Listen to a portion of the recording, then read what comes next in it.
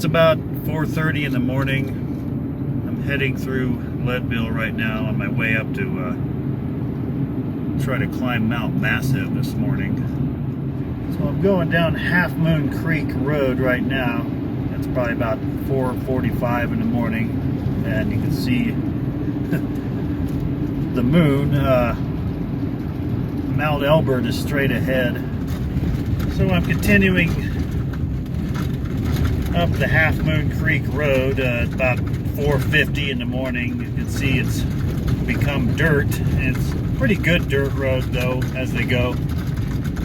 Should be arriving at the Mount Massive trailhead here in a few miles.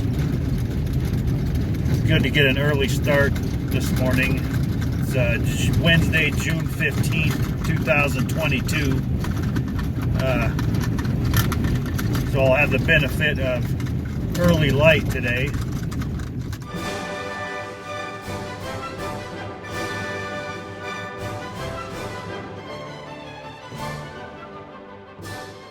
Welcome to my video of climbing Mount Massive. Not only is it Colorado's second highest mountain, but it's also arguably its largest 14er. It has 5 distinct summits that are all well over 14,000 feet, and topographically speaking, if Mount Massive were hypothetically leveled at 14,000 feet, the area of the plateau that would result would be over half a square mile. This can't be matched by any other mountain in the contiguous 48 states. This view shows it from the Half Moon Creek Road to its east, while these closer views show it from the east slopes. This more distant view from the east was taken from Mount Sherman on the other side of the Arkansas Valley. Here the mountain is seen from the south from the top of Mount Elbert. This view shows it from La Plata Peak farther to the south. And finally, here the mountain is seen from even farther to the south from Mount Belford, with Mount Elbert partially blocking the view. The first documented ascent of the mountain was made by Henry Gannett for the Hayden Survey in 1873, who dubbed it Mount Massive, after the existing reference established by early settlers and miners, who had already been calling it Massive Mountain. Situated only several miles east of Mount Massive is the town of Leadville, which at 10,152 feet is the highest incorporated city in the U.S. The town began as a gold mining settlement in the 1860s, but by the 1870s and into the 1880s it had become one of the richest locales of the entire silver boom, with a corresponding increase in size and population. At this early stage, little did its residents know that their intimate and proximate associations with the mountain would go beyond the views, the weather, and the psyche and into the realm of 14er nomenclature. Indeed, the saga and intrigue surrounding this peak's name might be nearly sizable enough to match even its physical stature. In 1901, just after the assassination of President William McKinley, the Denver Post began a campaign to change the mountain's name to Mount McKinley, with the Rocky Mountain News also championing the initiative. Enthusiastic readers were asked to send a signed form to the Board of Geographic Names in Washington, D.C. But soon, residents of Leadville and Lake County expressed their opposition to the change in letters, articles, and petitions to the board. Among the reasons cited for opposing the name change were the fact that there was already a Mount McKinley, that many existing maps and surveys were tied to the existing name and that a change would result in confusion, and finally there was perhaps the most important reason, the one that gave expression to the sentimental attachment to the name Mount Massive, namely the fact that it was held to capture the mountain's essence so well. In response, the U.S. board stated that no action to change the name would be taken. The board's chairman was none other than Henry Gannett. Gannett would also figure in the next attempt to change the mountain's name when, soon after his death in 1914, a Leadville miner initiated an effort to change it to Gannett Peak.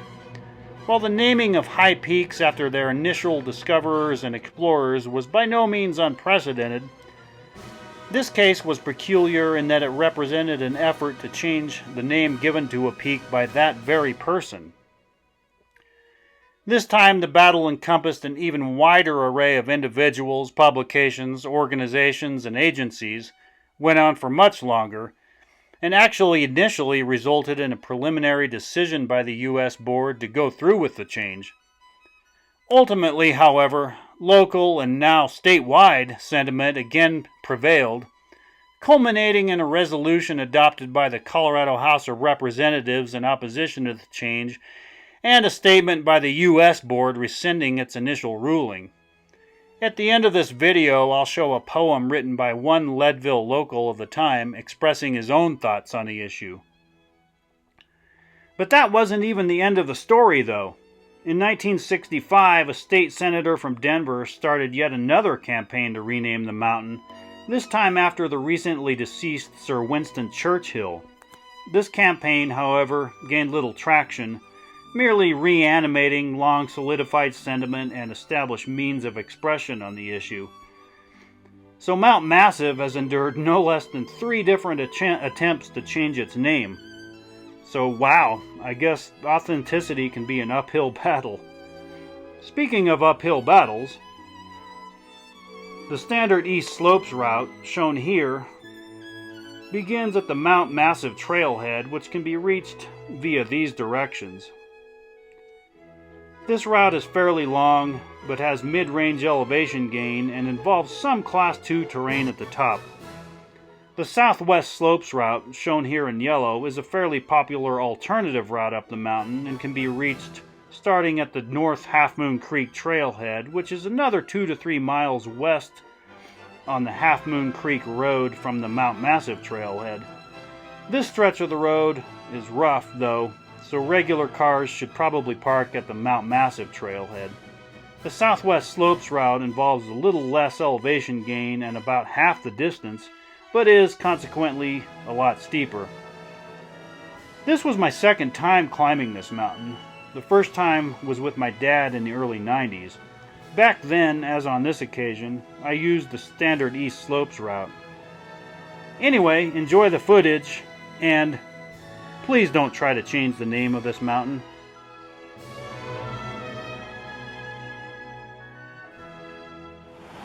So it's about 5:05 in the morning. I'm finally here at the Mount Massive trailhead just off the right side of the Half Moon Creek Road. Gonna try to climb to the top of Mount Massive today, which is the second highest mountain in Colorado.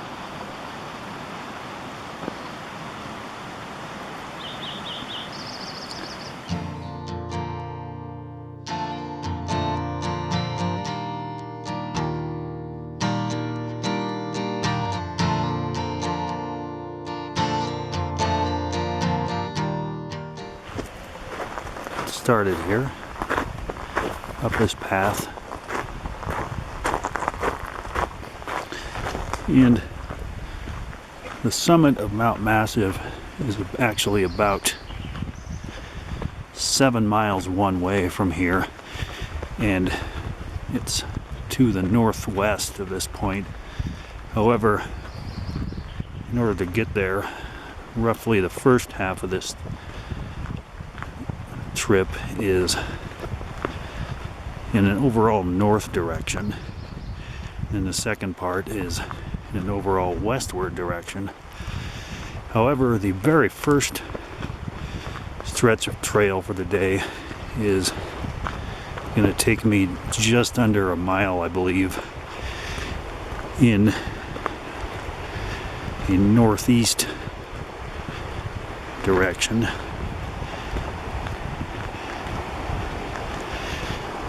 It's a little chilly out still right now.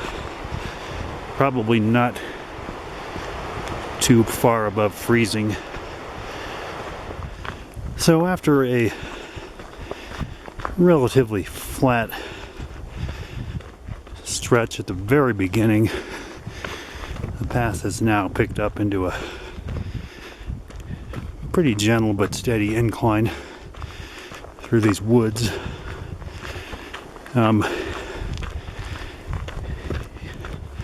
If it had been about, say, 20 minutes earlier when I had started, I'd probably need a flashlight, but I didn't need one, as it turned out. And actually,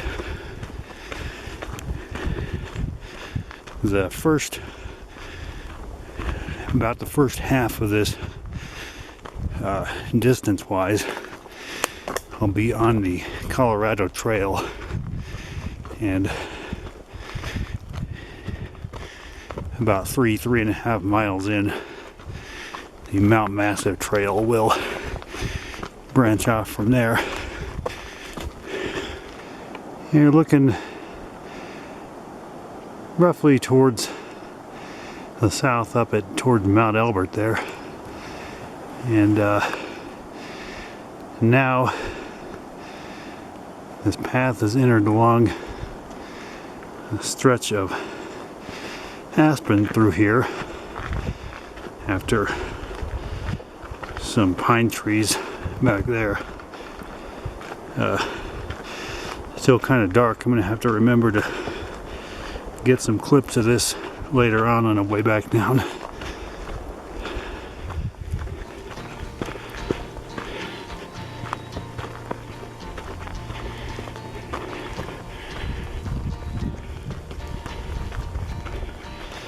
It's gotten somewhat steeper along this initial stretch.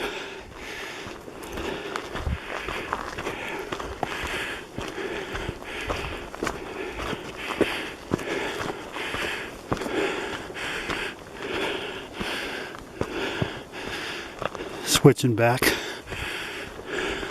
and after a little under a mile of that beginning northeast stretch, after that switchback back there, the path has veered more in a northwest direction, and we'll be headed overall in that direction for quite a while now, I believe.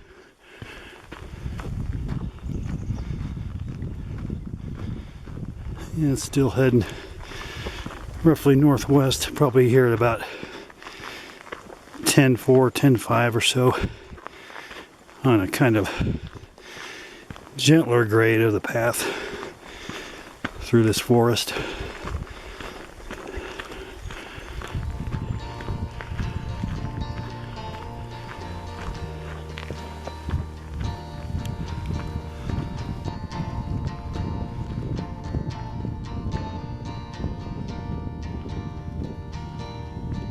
So I've turned to the northeast once again. This section of the path kind of zigzags a little, but it's still going northwest overall. And now it's about 5:40. I've been at this for about 30 minutes now, making fairly good time. The path has resumed in an actual northwest direction once again, which is its overall course on this fairly long stretch. I'm probably about a little over 10.6 or so, still on a pretty level grade. I think it will be staying at a fairly level grade for a while, actually.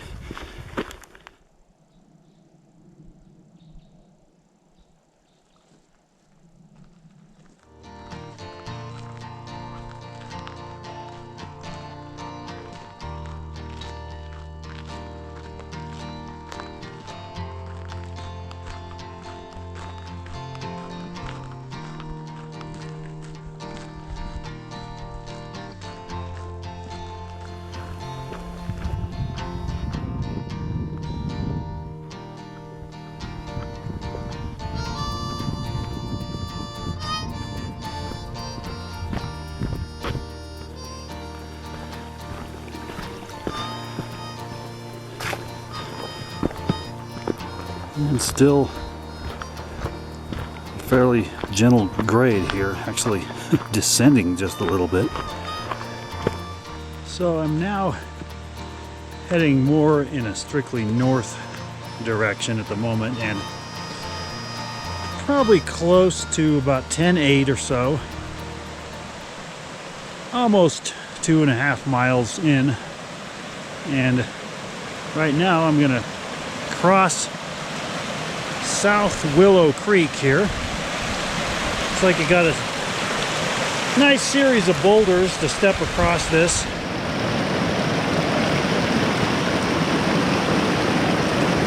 And these are wet right here, so be careful.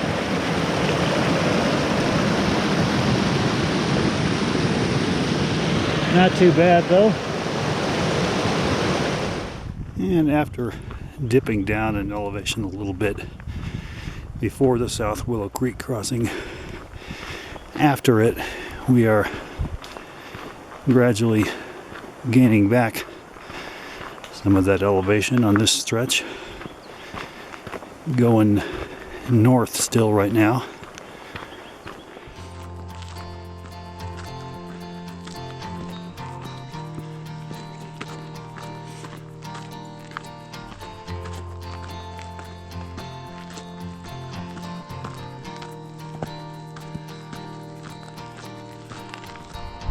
And I'm on a northwest segment again.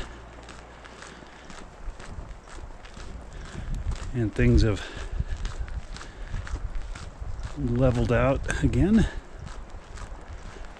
So it's about 6:15 in the morning now. So I've been at this just barely over an hour. I'm coming up on close to 3 miles in at about 11,000 feet. And here is the next creek crossing, which is Willow Creek.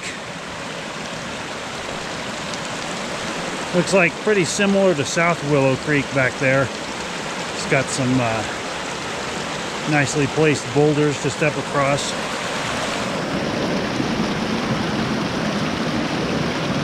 And again, we got some wet ones right here, so be careful.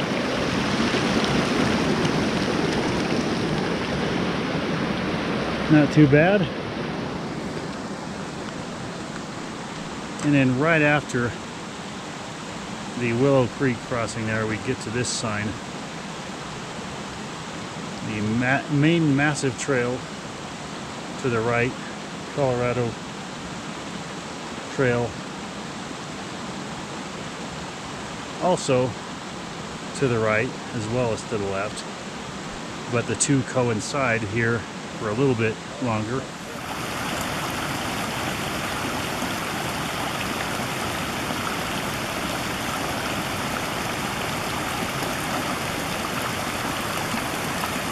And just after the Willow Creek crossing back there,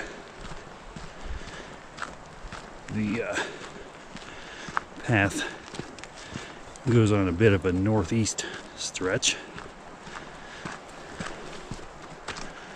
And right here we reach this sign where the two trails diverge. Colorado Trail continues off that direction, more towards the north. But I want the Mount Massive Trail, which branches off here, and from this point forward is going to go in an overall west direction.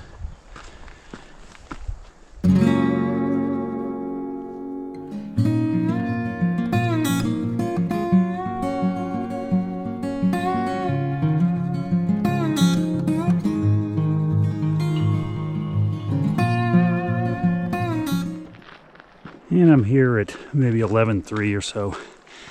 Still not far after the Colorado Trail, Mount Massive Trail junction back there. Going in a west-northwest direction here. Gaining elevation not too steeply, but more rapidly than I have for quite a while. It's bound to happen sooner or later. And it looks like the view is at least getting ready to start opening up here, as I'm still on a modest but steady incline.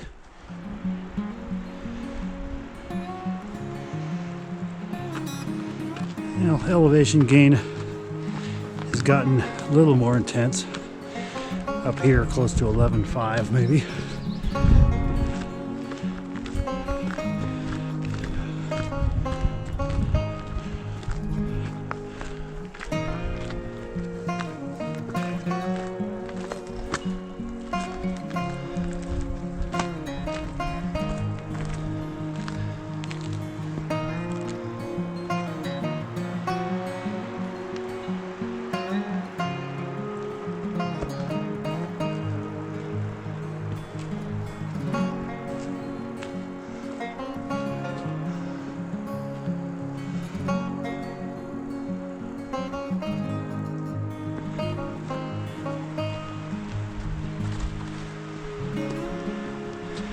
And it looks like I am starting to emerge, so to speak.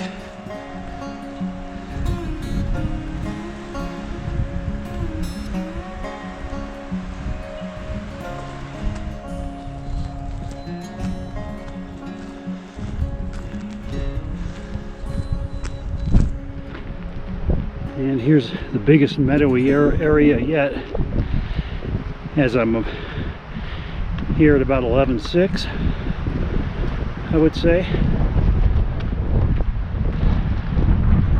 And as I enter into the sunshine, see up ahead there to the west, we get our first views of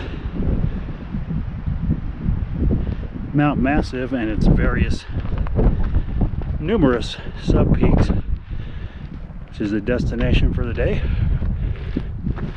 We've been going more straight west for a bit now.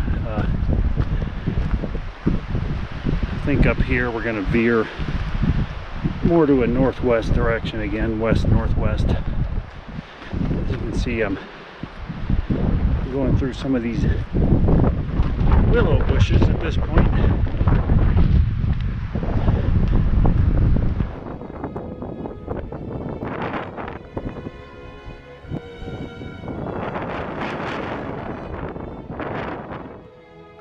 So by this point I had reached 11,600 feet, or maybe 11,700, and the wind had continued to steadily pick up as I got up higher, and I could only suppose that it would keep picking up as I got even higher.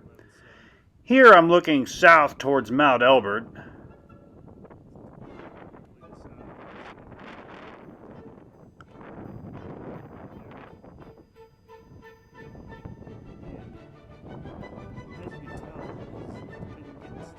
And now I'm panning over to Mount Massive itself, and in the middle there is the south summit of Mount Massive, which is about 14,132 feet, I believe.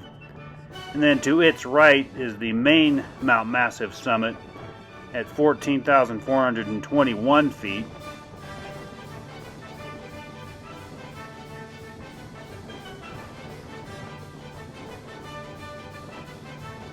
And this block I'm zooming in on here actually isn't the true summit. The true summit is off to its right.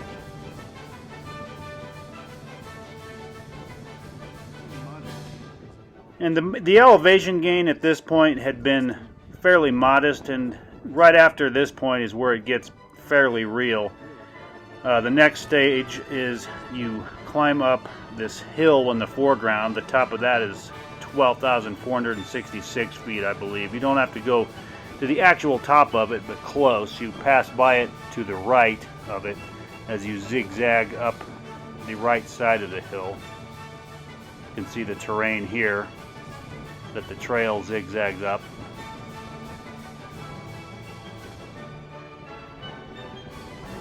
Right there.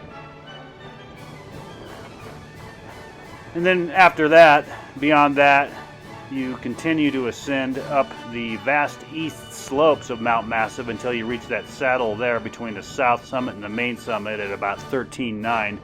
And from there you traverse on to the actual top. Still a long ways to go yet.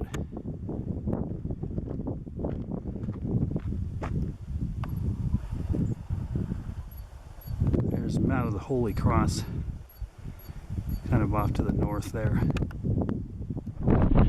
Still winding up the aforementioned hill, kind of zigzagging up it in an overall northwest direction.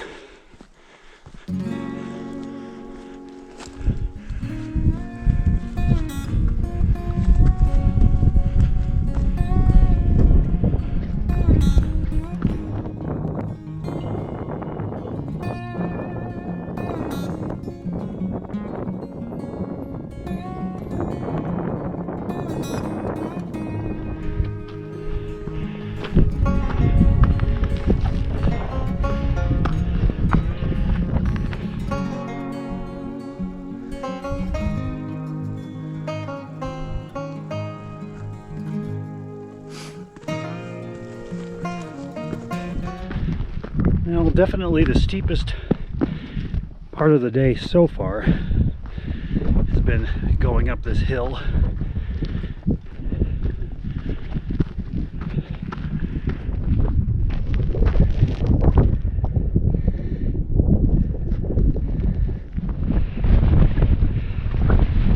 Well, that's the strongest gust of wind so far.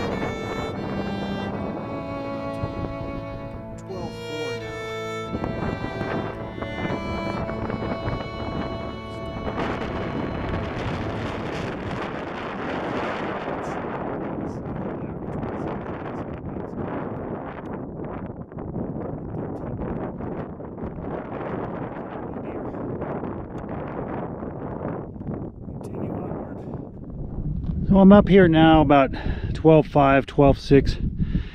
It is about 7:30 a.m. now, so I'd say about 2 hours and 20 minutes into this. Doing pretty well. Probably over halfway through both the elevation gain and the total distance one way, and but the toughest stretches are still to go as I continue up through these vast east slopes of Mount Massive here that you're getting a sample of. Not an incredibly steep, but definitely a long, steady incline here. Still going steadily up these eastern slopes of Mount Massive. I tell you, going up this stretch really does give you a sense for the vastness of this particular mountain and the vastness of its east slopes.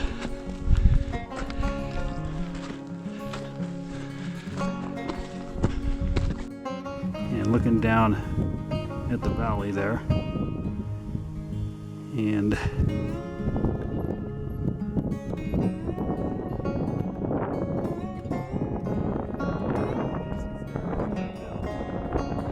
starting to encounter more snow up here. It is still only mid-June, so not a big surprise. And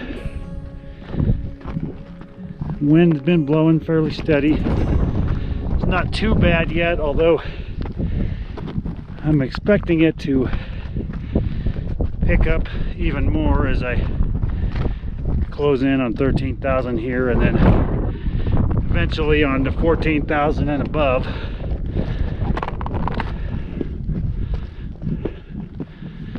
Going in a I think still roughly a southwest segment here.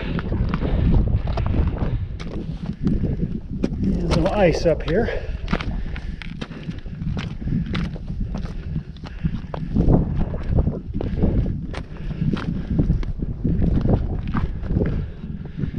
And the path does get a little more broken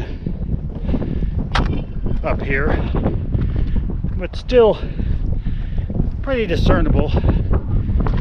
Do watch out for this ice though, if it's present. Getting a little rockier here.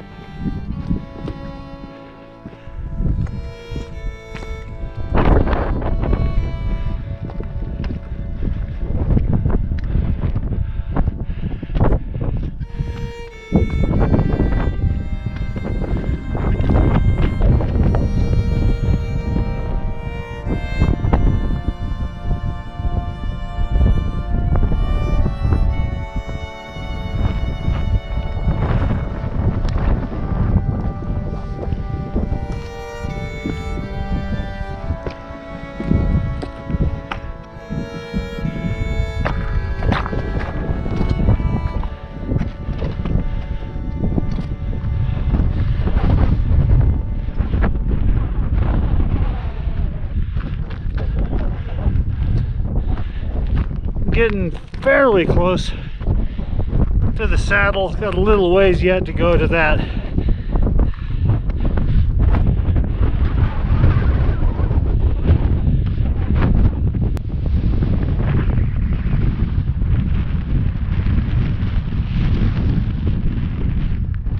So up here, maybe a little over 13. Looks like the path is veering even more to the west.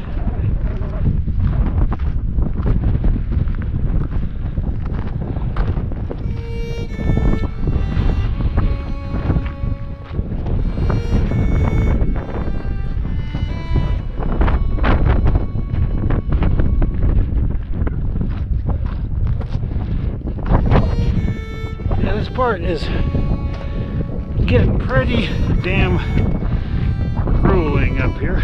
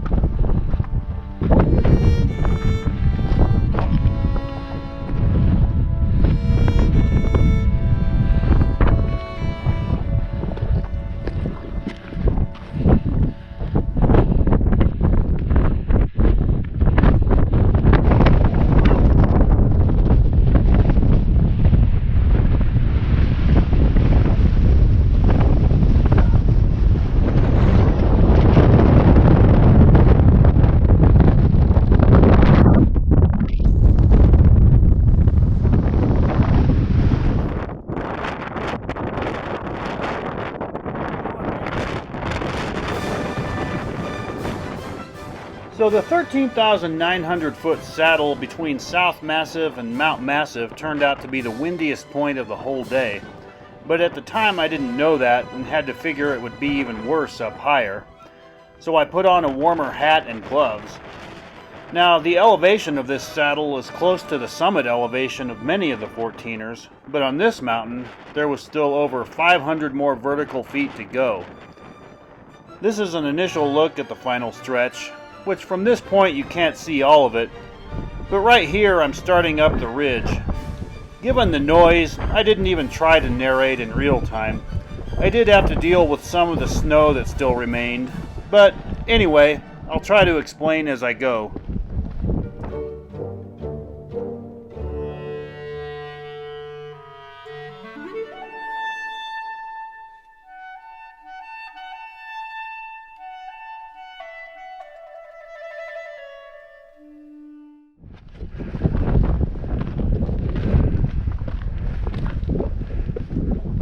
So this first phase of the final stretch here is definitely the steepest part, and probably the part where most of the final elevation gain takes place. And again, it was windy up here, but not as windy as it was at the saddle.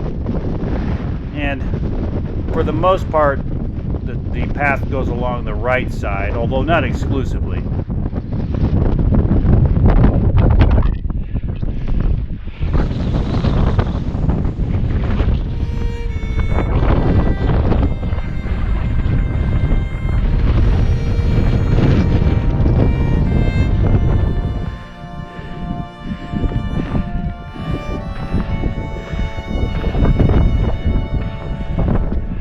Right here I'm approaching the first of several snowbanks I had to negotiate on the final stretch. It looked like the path went across the snow right here, but I wasn't sure. But at any rate, I decided to go around to the left of the tower here, which strayed me off of the path and took me onto the left side of the ridge briefly.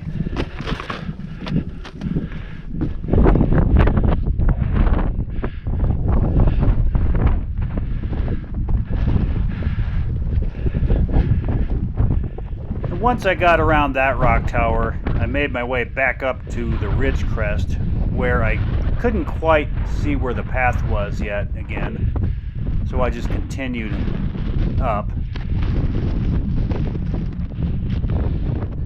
And then I got to this snowbank, and initially I started to go across it, but decided to again go up and around it, up here to the left around it.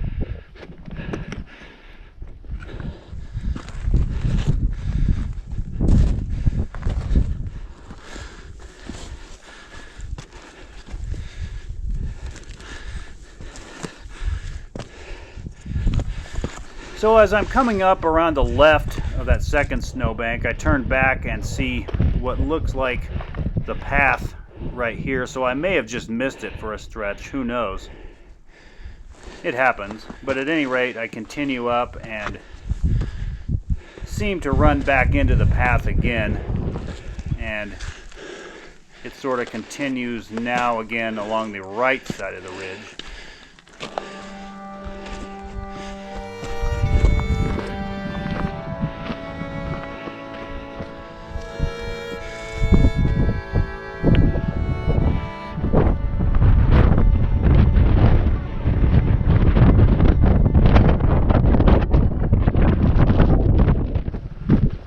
So right here I'm at about 14,250 feet, and I'm approaching the notch where the Southwest Slopes Trail comes up and meets the East Slopes Trail right here.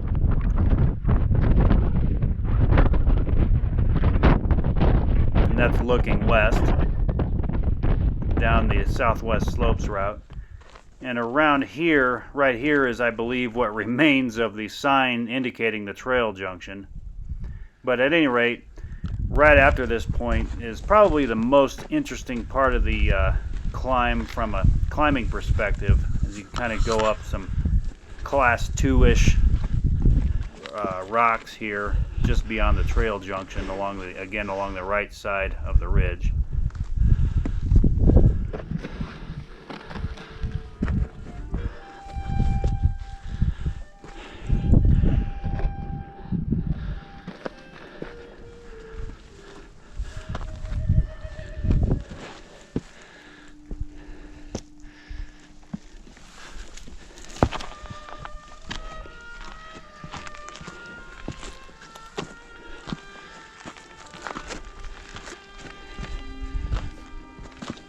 So I'm not sure if the path continues across this particular snowbank here, but again, I avoided it by going up and around to its left, which took me through this sequence of rocks right here.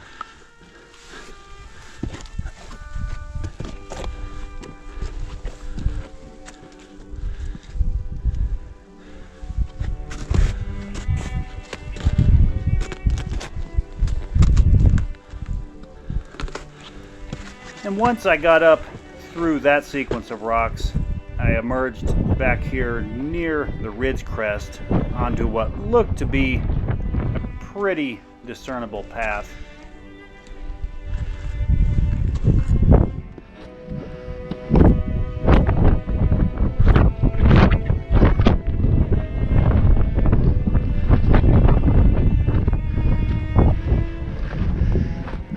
And as you can see, the path goes around to the right of this sizable rock tower here.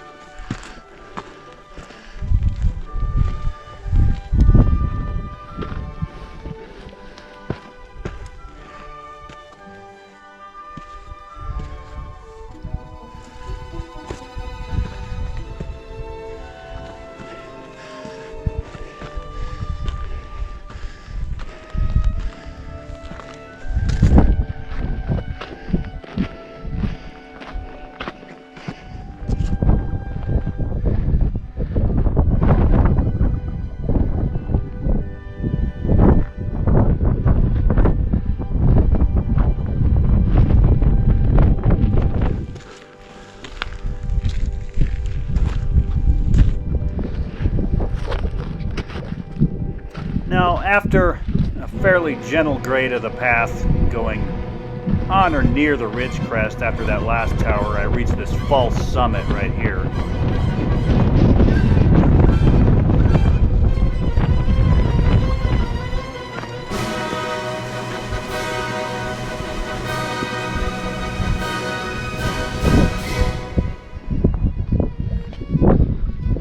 After coming down off the false summit, the remaining stretch to the actual summit to the north is pretty gently graded and on the crest of the ridge for the rest of the way, at least for the most part.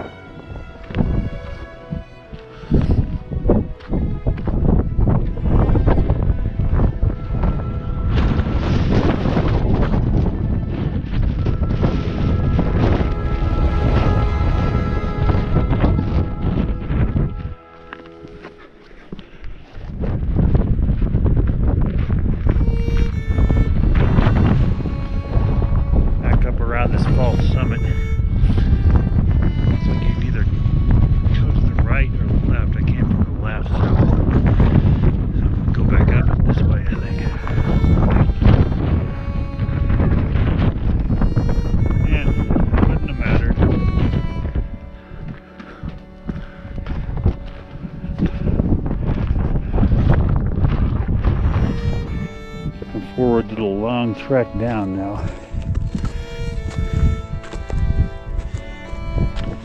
Actually, I thought the trickiest part of negotiating this final stretch on the way up was the initial parts of it, where you have to negotiate a couple of these snow banks that are still around. I think I'm coming up to where that is. Yeah, I remember this. And I'm proceeding around mostly on the side of the ridge that I came up, which is on the left on the way back, and east side for the most part.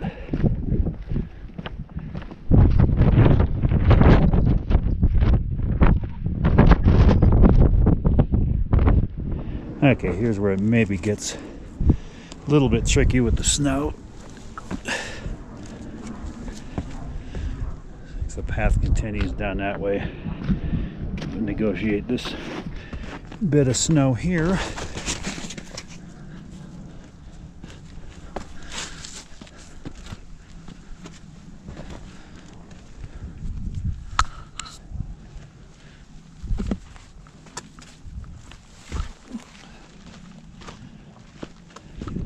Direction I'm coming from.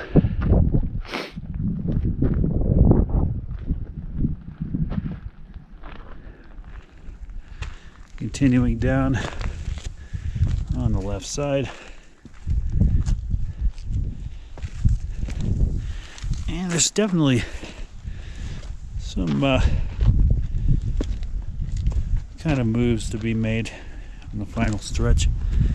Kind of the funnest part of the day.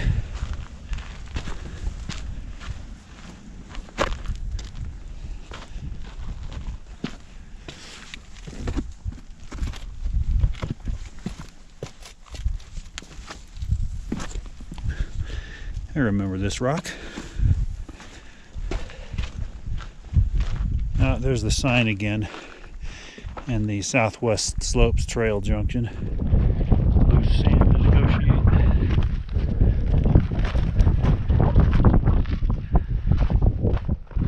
Now I'm back to the point where the path kind of runs into the snowbank. I think I could either go try to negotiate that terrain above it, or try to walk along where it kind of meets the rest of the rocks. I think I'll just try that. Seems to be working out all right. All right, see, this is what I did not walk across on the way up. On the way up, I went up and around those rocks all the way up there, if I recall. I think this time I am going to go ahead and try to simply take this shortcut across the snow. Looks like some post-holing action from other people earlier. Feels pretty solid though.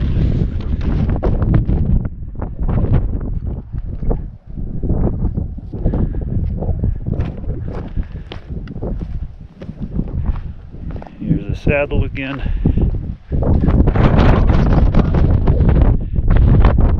The descent so far, both on the final stretch and down to the saddle, has been a lot more pleasant, both as far as the temperature and the wind. I think the wind on the way up, or on the way down rather, is more at my back a little bit than on the way up, and it's warmer, and I'm going down, so it seems a little less daunting. Shouldn't be too bad of a descent. Kind of leisurely,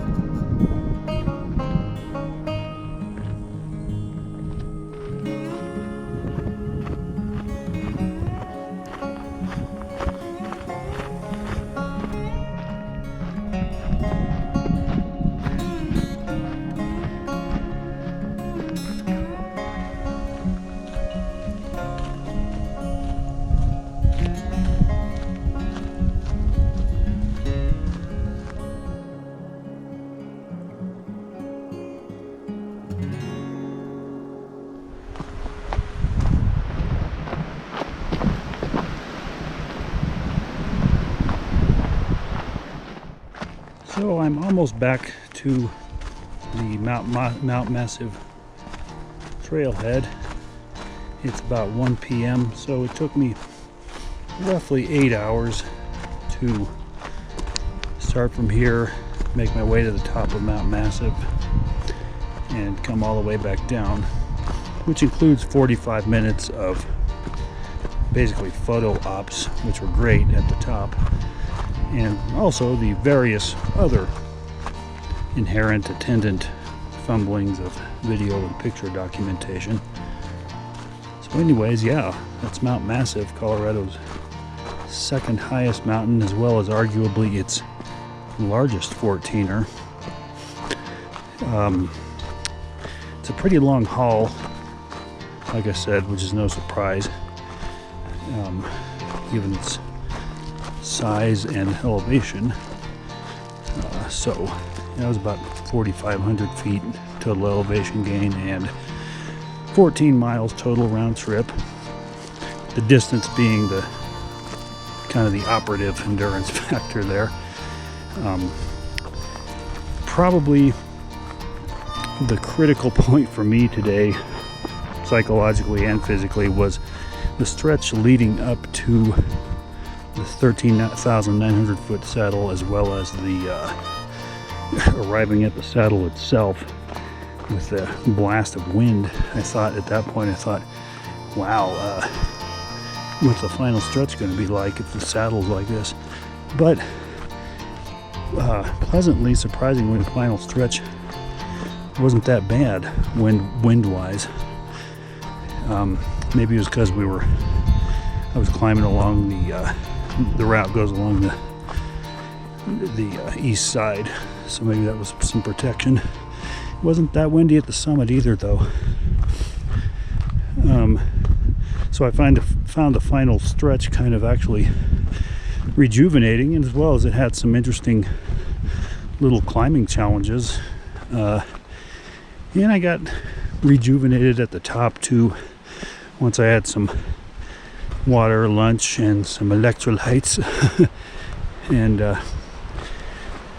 that got me ready for the descent. It was a pleasant descent, actually, given that it's such a long gradual ascent. It kind of implies a less unpleasant descent because it's less steep, easier on the body. Obviously it's more distance, so that adds wear and tear, but it's more than compensated for, I'd say, by the gradual nature of the descent. So yeah, and it's a beautiful hike, and yeah, thanks for watching. Hope you enjoyed it, and I'll see you on the next mountain.